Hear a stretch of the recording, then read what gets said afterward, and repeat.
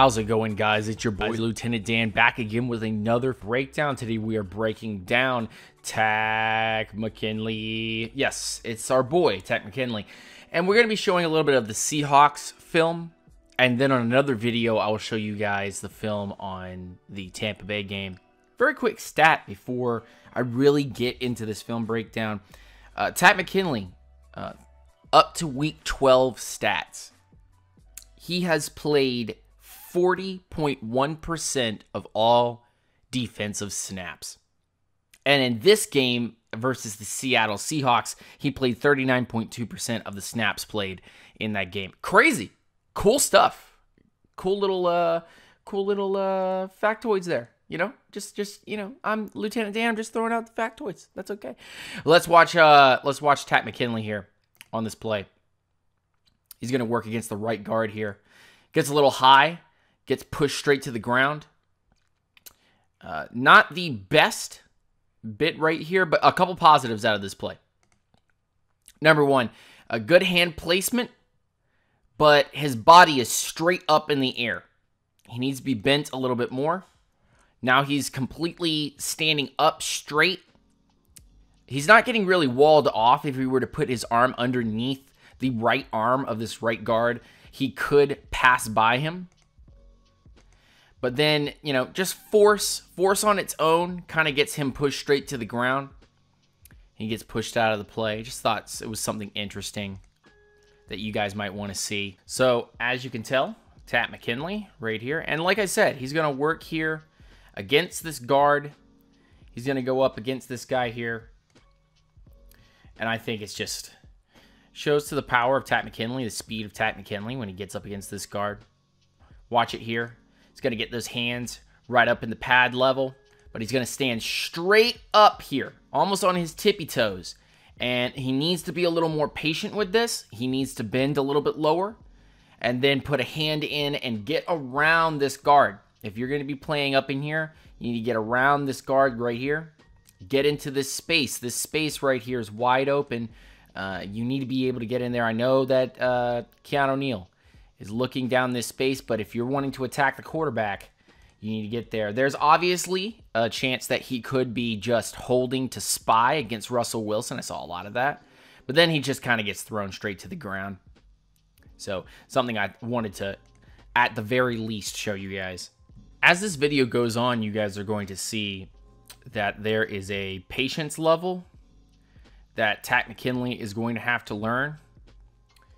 And he will learn that patience level through the game. It's fun to watch him and kind of get a take on what he's doing. Let's go back. Takk Mckinley there at the bottom of the line. He's going to take on this tackle, and the the run is going to go right by him. And I think that if he was a little more patient when he gets up to this point here, because he gets kind of blocked out of this play, he still powers through. He almost gets an arm tackle on this guy. And you're going to see a little bit later that he does get an arm tackle on a particular play that is it's almost the same exact play. But Takk just kind of gets pushed out, and that's just due to patience. That has nothing to do with Mckinley's performance. Again here, you're going to see him on the outside. And he's just going to kind of come to the outside here.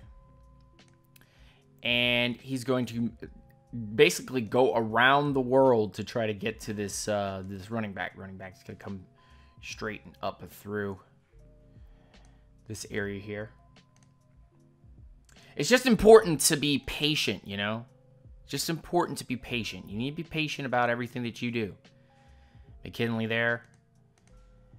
Again, just be patient. Be patient. That's all you need to do. You don't need to worry about anything else. If he was a little more patient and stuck to the inside, he would have set that edge correctly. Instead, that edge opens up. That lane opens up. And the running back now makes Deion Jones have to decide, am I going to go left or am I going to go right? One of the linemen pushes him out of the way, and the running back decides to go to the left.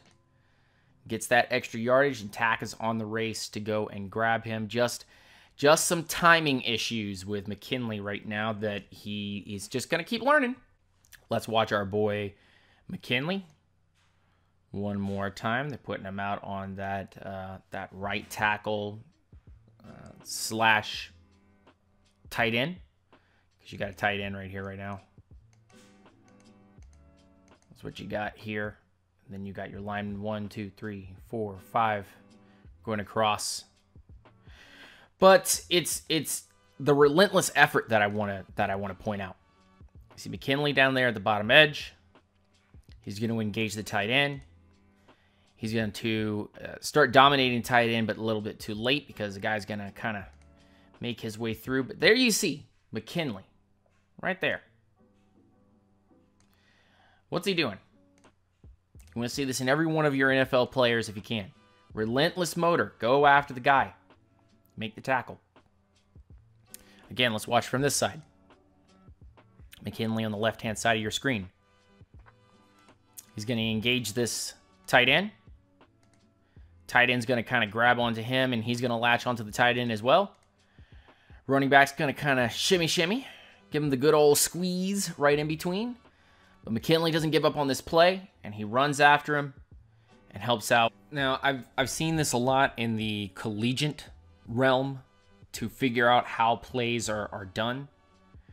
But I've been seeing it more in the NFL level, where you take a slot wide receiver, or you take a running back, run them in motion, and try to make the defense move to sort out what's going on here. And you see Takk McKinley up at the top of your screen. I want you to watch what he does. This is why we drafted Takk McKinley. I think this is the #1 reason why we drafted the man. Gonna get that speed rush on this right tackle. Right tackle tries to play handsy-grabby, and Takk McKinley does not follow that. Let's go back one more time. Handsy-grabby tries to play with him, and Takk McKinley says, nuh-uh. Now they're going to credit Courtney Upshaw with the fumble. And Adrian Claiborne with the touchdown. But this is all Takk McKinley, and then having another player, this is super dynamic, having another player come in and cause havoc with the player that got into the backfield is super important. Causes turnovers. You see it with Keanu Neal. You see it with Deion Jones.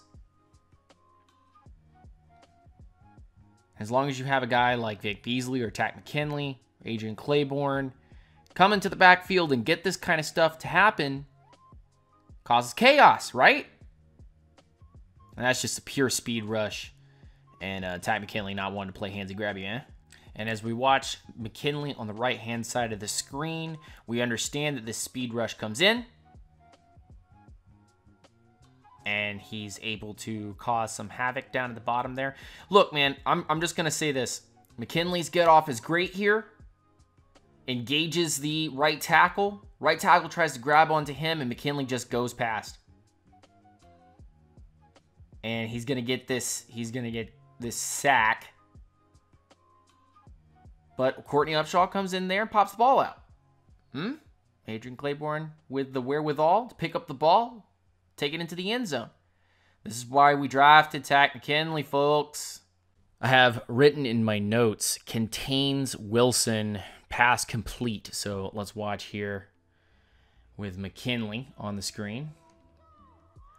Babadoo. And McKinley's going to engage here with the tight end or wide receiver here. And just push himself off the other side.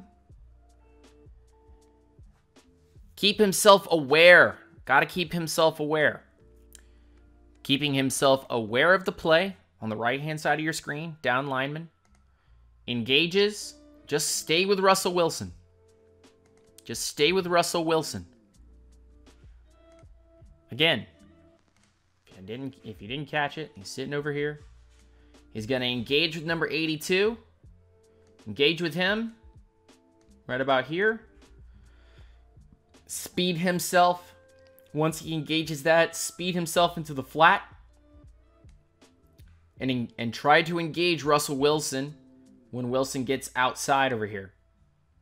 Disrupt the play, cause havoc, mayhem, and contain Russell Wilson. I thought this was huge for McKinley. Showed a little bit of patience as well. McKinley's going to get this. Engage. Come off. I know the pass was complete. But those little steps, the little steps McKinley has to take to be able to show that he is a player progressing in the system, not regressing. Again, just one more time for you. Engage. See, Russell Wilson is going. Disengage the other way. Find Russell Wilson. Good job by McKinley. Just good stuff. Only a select few in the NFL, as far as offenses are concerned, schemed offenses are concerned, that run this particular type of stuff, only a very few allow their quarterback to take the ball. But the collegiate style read option is a dangerous play in the NFL because it's not run by a lot of people. But it's also, because it's only a select few that are capable of doing it. Because they're the only ones that are able to do it, is what I'm trying to get at. That it makes those teams that run it extremely dangerous, and the ones that don't run it are doing run-pass options. And in this particular case, with a guy like Russell Wilson, or in any instance where you have Cam Newton, or you can have other particular athletic quarterbacks, you're going to see Takk McKinley at the top of your screen. And this is super important. Again, like I said at the very beginning of this video, you're going to see the patience develop more through the game. And I think that's just Takk McKinley in general. I don't think that that's something that he needs to define his year by, as learning how to be more patient. But you're going to see McKinley, top of your screen, and we're going to have a run option type of deal. And McKinley stays his ground, because on the collegiate scene, he had to play against those types of offenses that have that type of ability. And this is just good edge setting. And we can even talk about this play not being a read run option, when obviously Russell Wilson is spying what Takk McKinley is doing. If Takk McKinley had cut inside over here, Russell Wilson would have kept this ball. But because he's looking at Takk McKinley, this is a read run option. And this particular option then sets up J.D. McKissic to go up into this area. If not, then it would have been Russell Wilson going back outside. And I'm even positive that if this was blocked up and he didn't take the ball because this was blocked up, that they had a tight end or wide receiver going down the field somewhere over here running down the field. So there's layers upon layers, but this is just good by McKinley, setting that edge and knowing where the ball is going to go. He'd seen it in college before, and through the game, he had just become a little more patient about what's going on. And I bet during the pregame, they had told McKinley and Beasley, which is the reason why Beasley completely disappeared in this game, to spy Russell Wilson. That's more important than anything. Allow the linebackers and defensive line to do their job. And look, just here you go. Key in. Boom. Go. And still fast to it. Still very, very fast to it. Now you're going to see a screen pass on this particular play, but you're going to see Takk McKinley get this pressure right in on this tackle. He's going to push up in between these two and try to get some pressure. I just love his power and his speed, his ability to get where he needs to go. Let's watch this play.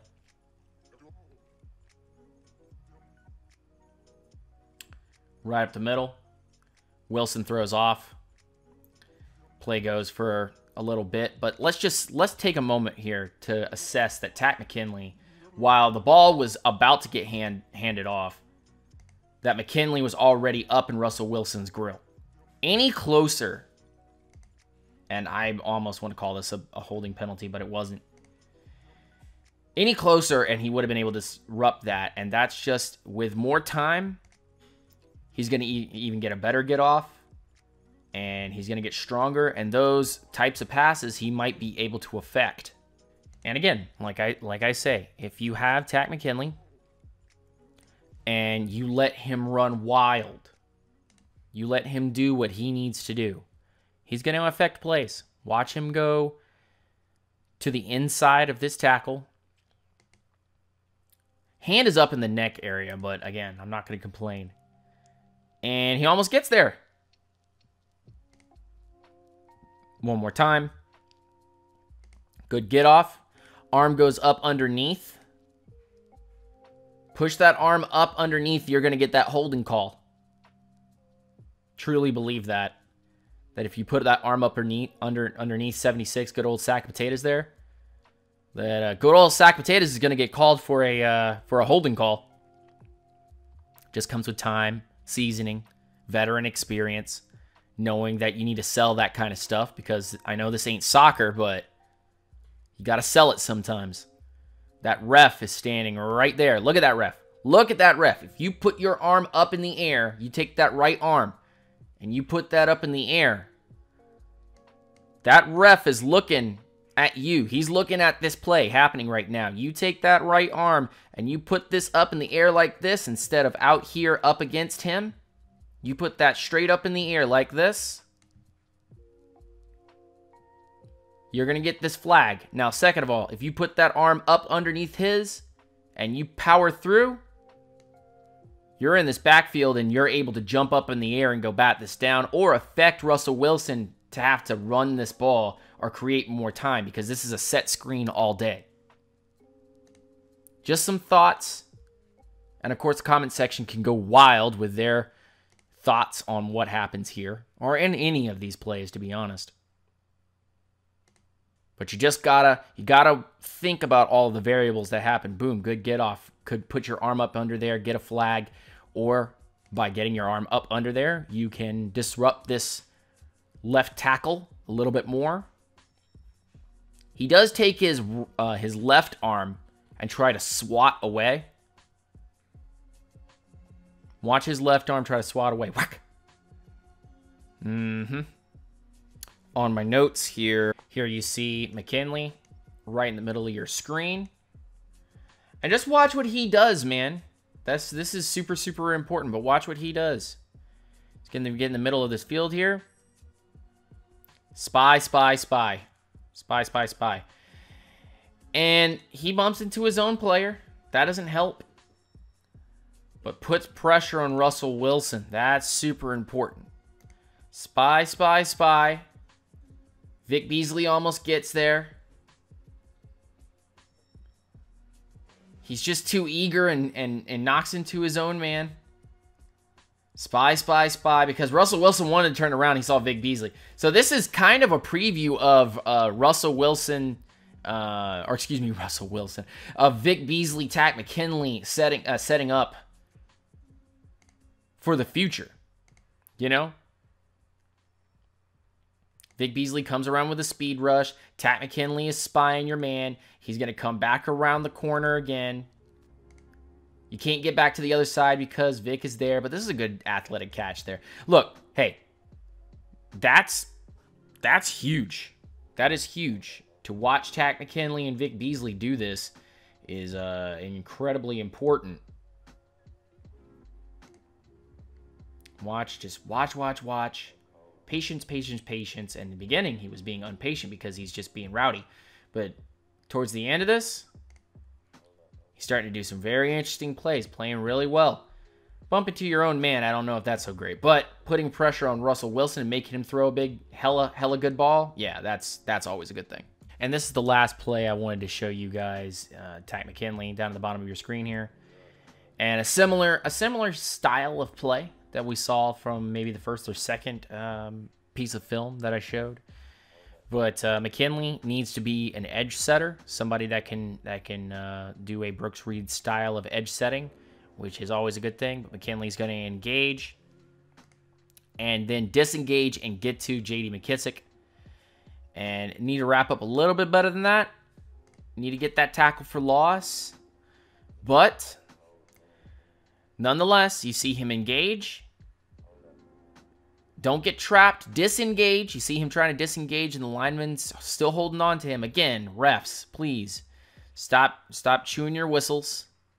Stop swallowing those whistles. Keeping that piece of laundry in your pocket. Engage. Make that tackle. JD just, and I'm going to be completely honest. No matter where you are, what you do, you cannot stop anyone with an arm tackle. JD McKissic just has momentum on his side. And that's kind of just the feel here with McKinley, just with this stop. Boom. Get to that tackle. Stop him from going any further. And you get a little bit of a better angle from it here. Engage. Get that arm tackle. Let's do it one more time. Slow-mo. They bring motion to help with the blocking situation. McKinley engages. Push, push, push, push, push, push, push. Disengage from your block. Go grab yourself some of those sack dollars, some of those tackle dollars, some of those TFL dollars. In this particular instance, you know, he's able to make the tackle, but it isn't for loss.